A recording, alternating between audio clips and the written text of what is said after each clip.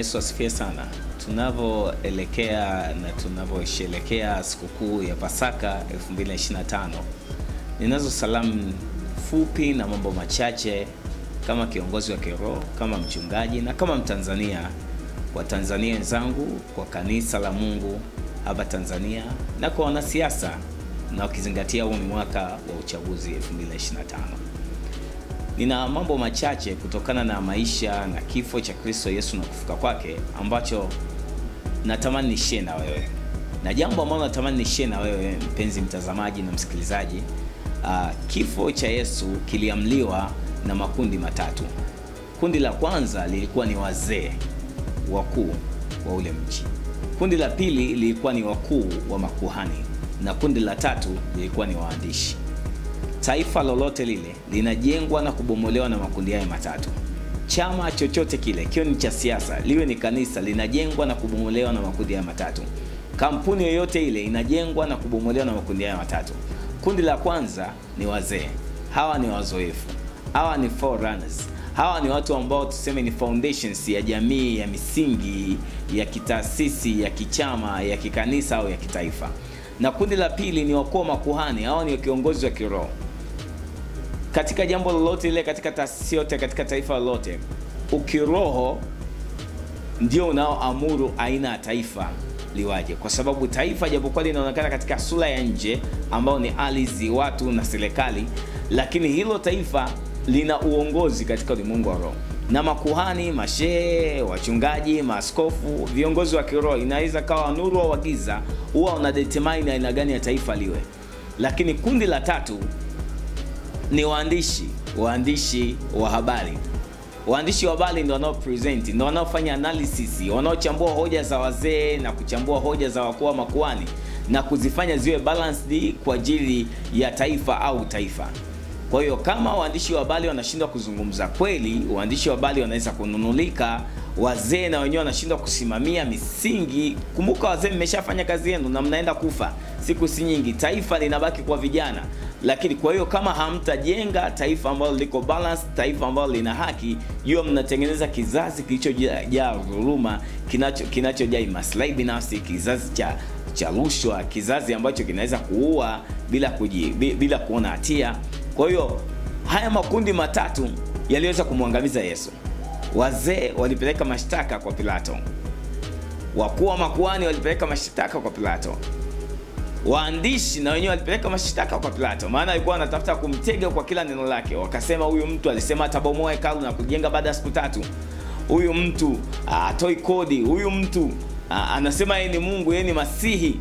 Huyu mtu walikuwa na mhukumu kwa kila kitu. Wanasema tuule mwili wake na kunywa damu yake ndio tutapata uzima. Huyu mtu yeye ni nani? Huyu mtu anapata wapi mamlaka kufanya hiki na kile na kile? Wakaweza kumshtaki Herode japo kuona kosa. Na hapa Pilato japokuwa kuona kosa, lakini Herode pamoja na watu wake wakasema Yesu asulubiwe. Hii ina maana gani kwa taifa letu katika hali ya kiuchaguzi mwaka huu? Wazee wa kwenye vyama vya siasa, chama cha CCM, chama cha Chadema, chama cha Kafu, mnaweza mkatupa determination au mnaweza mkatupa picha ya aina gani ya taifa tunakuwa nalo. Wazee mnaweza mkaamuru aina gani ya rais tutakuwa naye kwa miaka 5 ijayo.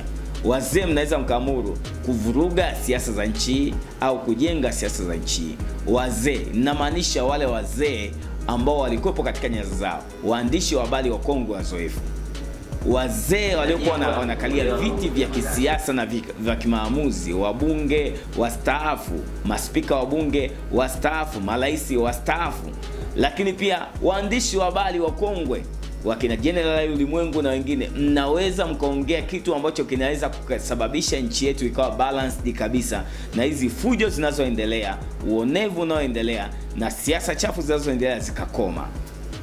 Kwa hiyo nikiwa kama kuhani na mimi katika kizazi changu, natamani kusema na taifa langu, natamani nami kutoa mchango kwa taifa langu kwa mawazo haya machache.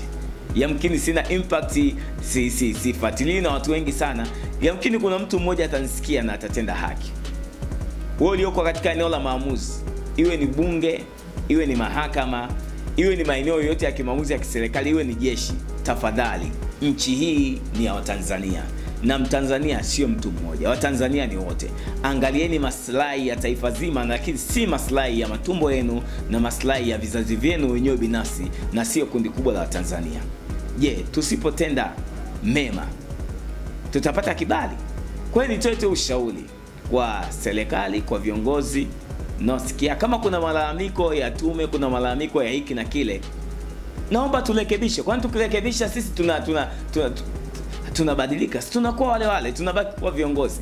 Lakini kama kuna haki na kuna uwanja ulio balance wa kucheza siasa, mimi sidhani kama kuna haja ya hizi kelele zote tunazosikia.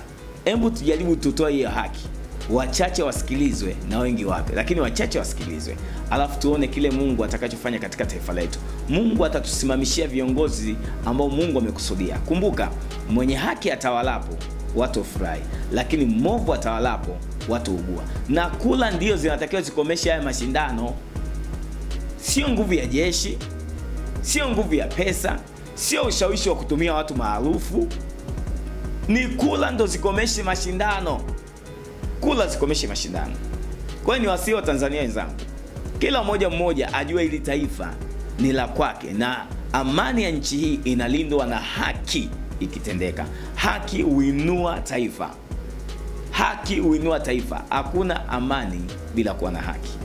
Shalom shalom, niwatakie happy Easter, Pasaka njema.